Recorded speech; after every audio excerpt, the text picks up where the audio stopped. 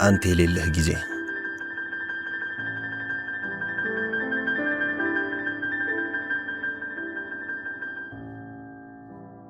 ተማሪ እያለን ለብዙ ጊዜ የፍቅር ህይወት ተጋርተናል። ከብዙ ዓመታት በኋላ ትልቅ ሰው ከሆንን፣ የተለያየ ህይወት መስመር ውስጥ ከሰመጥን፣ አጀንዳዎቻችን ከተቀየሩ፣ ፍላጎትና ህልማችን ሌላ ከሆነ በኋላ በድንገተኛ ግጥምጥሞች ስራ አገናኘን። ለመጀመሪያ ጊዜ ከብዙ ዓመታት በኋላ ስንገናኝ አድገን በስለን ስለነበረ የወዳጅነት ሰላም ተባባል። ሁለታችንም አይናችን የጣት ቀለበት ሲያስስ ተገጣጠም።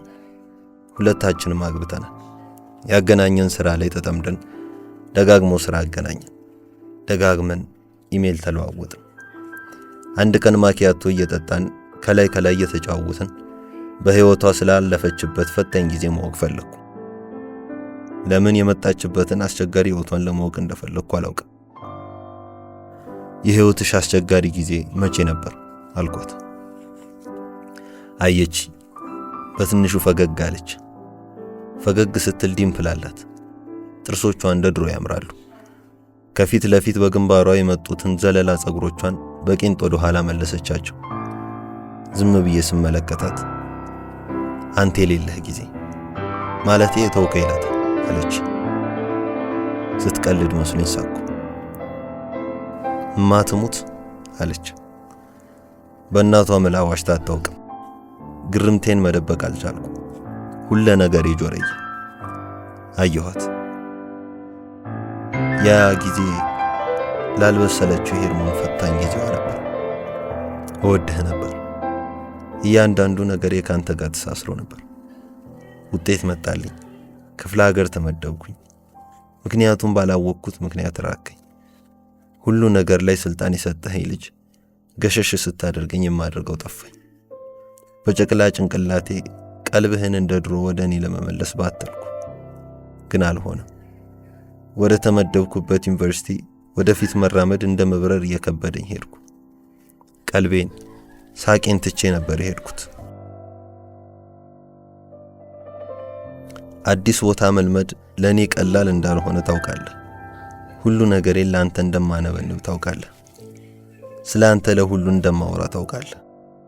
ጓደኞቻችን ሁሉ የጋራ ነበሩ። ዶርም ሜቶቼ ለሚያወሩት ቋንቋ ባዳ ነበርኩ። አብሮነታቸው ሲደራ ባይተዋርነት አራቆተኝ። የማይወዱኝ ይመስለኛል። የካምፓስ ምግብ አልተስማማኝም። አዲስ ዩኒቨርሲቲ በመሆኑ ሁሉም ነገር ገና ነበር። ናፍቆት ገላዬን በላው። ምግቡ ስለማይስማማኝም ብዙ አልበላም።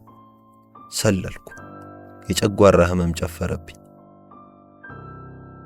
መቼ ደውለሽልኝ ታውቂያለሽ? በእኔ የምታውቂው ሰው ሆኖ ማናል ያልዘጋሹ አልኳት ኮስተር ብዬ።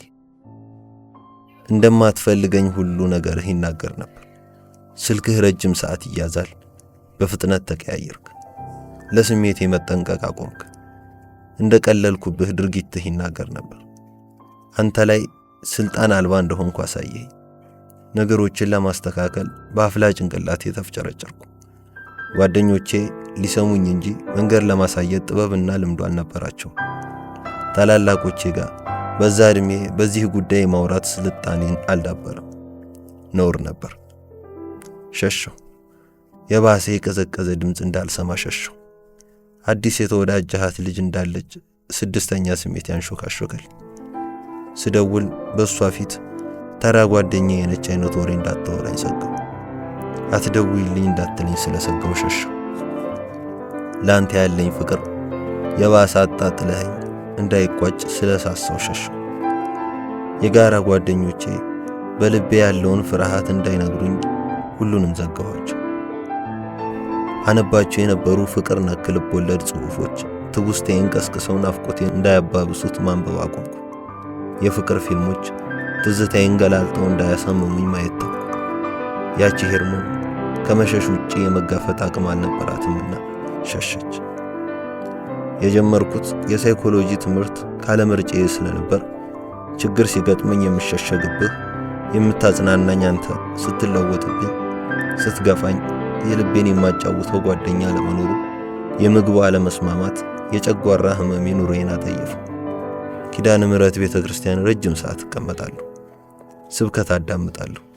ጉባኤ እከታተላለሁ።